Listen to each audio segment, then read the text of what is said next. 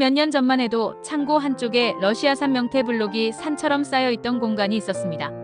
그때는 그게 너무 당연한 풍경이었죠. 그런데 최근 현장을 다시 찾았을 때 그 물량이 눈에 띄게 줄어들었다는 이야기를 들었습니다. 대신 무엇이 늘었을까요? 연육 원료, 반가공 필레, 그리고 가공용 중간 소재들이었습니다. 한 유통업자가 이렇게 말하더군요. 요즘 중국 바이어들은 예전처럼 원물 명태를 잘 안 찾습니다. 대신 가공된 형태를 더 선호합니다. 이 말이 이상하게 오래 남았습니다. 단순히 거래 방식이 조금 바뀐 정도가 아니라 구조 자체가 움직이고 있다는 느낌이 들었기 때문입니다. 실제로 데이터를 보면 변화가 분명히 드러납니다. 2023년 기준 중국으로 수출된 러시아산 냉동 명태는 약 48만 3천 톤. 전년 대비 약 12% 감소했습니다. 숫자만 보면 그냥 줄었다고 말할 수 있겠죠. 그런데 현장에서 느끼는 체감은 다릅니다. 이건 단순한 물량 감소가 아니라 중국 내 가공 구조 자체가 변하면서 나타난 결과에 가깝습니다. 그동안 중국은 러시아산 명태의 최대 가공기지였습니다. 러시아에서 원물을 대량으로 들여와 필레로 가공하고 다시 미국, 유럽, 일본, 한국으로 재수출하는 구조였죠. 말 그대로 글로벌 명태 가공 허브였습니다. 저렴한 인건비, 대규모 공장, 빠른 회전율. 이 조합이 오랫동안 유지되어 왔습니다. 그런데 이 구조가 흔들리고 있습니다.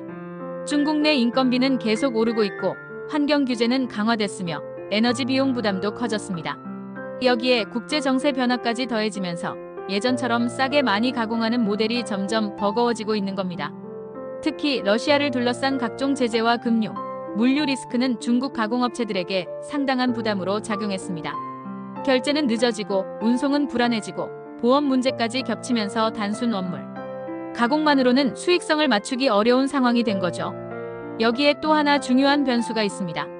미국과 유럽 시장에서 명태 필레 가격이 하락하고 있다는 점입니다. 많이 만들어서 많이 팔아도 남는 게 점점 줄어드는 구조가 되어버린 겁니다. 그러다 보니 중국 가공업체 입장에서는 예전 방식 그대로 가는 게 맞는지 고민할 수밖에 없게 된 거죠.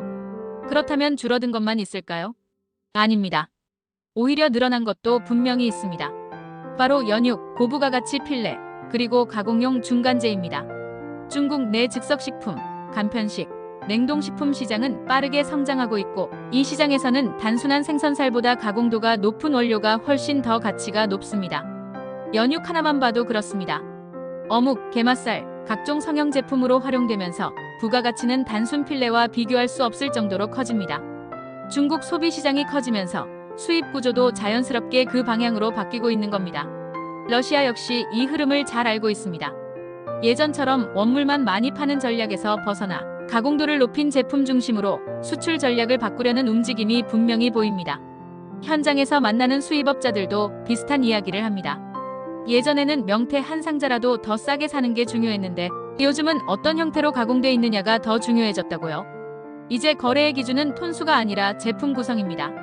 얼마나 많이 샀느냐보다 무엇을 샀느냐가 더 중요해진 겁니다. 러시아 명태 수출 구조가 양적 확대에서 질적 전환으로 이동하고 있다는 신호라고 볼 수 있습니다. 문제는 이 변화를 어떻게 해석하느냐입니다. 아직도 많은 분들이 명태 수출 감소를 일시적인 경기 침체나 수요 위축 정도로만 보는 경우가 많습니다.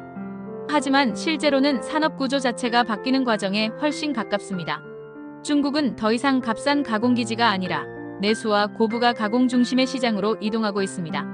러시아도 단순한 원물 공급국에 머무르지 않고 가공 역량을 키워 직접 시장에 접근하려는 방향으로 가고 있습니다. 이 변화의 한가운데에서 한국을 포함한 동북아 수산 유통 구조는 새로운 도전에 직면해 있습니다. 그동안 중국을 거쳐 들어오던 가공 명태 제품이 점점 러시아에서 직접 가공돼 들어오거나 중국 내에서 고부가 제품으로 소비되면서 기존 유통망이 약해지고 있기 때문입니다. 국내 가공업체들 이야기를 들어보면 원료 조달이 예전만큼 안정적이지 않다고 합니다. 가격 협상력도 예전 같지 않다고 하죠. 예전에는 명태 필레면 충분했던 시장이었지만 지금은 그 정도로는 경쟁이 안 되는 환경이 되어가고 있습니다. 소규모 가공업체들은 원료 확보부터 부담을 느끼고 있고 중소유통업체들은 제품 차별화 압박에 시달리고 있습니다. 소비자 역시 단순 냉동 생선보다 간편식, 조리 완제품을 선호하면서 시장의 방향은 더 빠르게 움직이고 있습니다. 그런데 정책적 대응은 아직 이 변화를 충분히 따라가지 못하고 있는 게 현실입니다. 원물 중심 수입 구조에 맞춰 설계된 기존 지원 체계와 통계 시스템은 가공 원료나 중간재, 고부가 제품 흐름을 제대로 담아내지 못하고 있습니다. 그러다 보니 업계는 각자 알아서 버텨야 하는 상황에 놓여 있습니다. 이번 러시아산 명태 수출 구조 변화는 단순히 줄고 늘었다의 문제가 아닙니다. 글로벌 수산업 가치 사슬이 재편되고 있다는 신호 중 하나입니다. 이제 명태 산업은 어획량이나 수출량만으로 경쟁력을 판단할 수 없는 시대에 들어섰습니다. 누가 더 소비자 가까이에서 더 많은 부가가치를 만들어내느냐. 그게 핵심입니다. 러시아는 이미 방향을 틀었고 중국도 가공 중심 국가에서 소비와 고부가 시장으로 이동하고 있습니다. 그렇다면 우리는 어디에 서 있을까요? 아직도 일부에서는 물량만 늘어나면 된다는 생각에 머물러 있는 경우를 봅니다. 하지만 그건 과거의 성공 경험에 너무 기대고 있는 위험한 인식일 수 있습니다. 이제 한국 수산업도 원료 의존형 구조에서 벗어나야 할 시점입니다.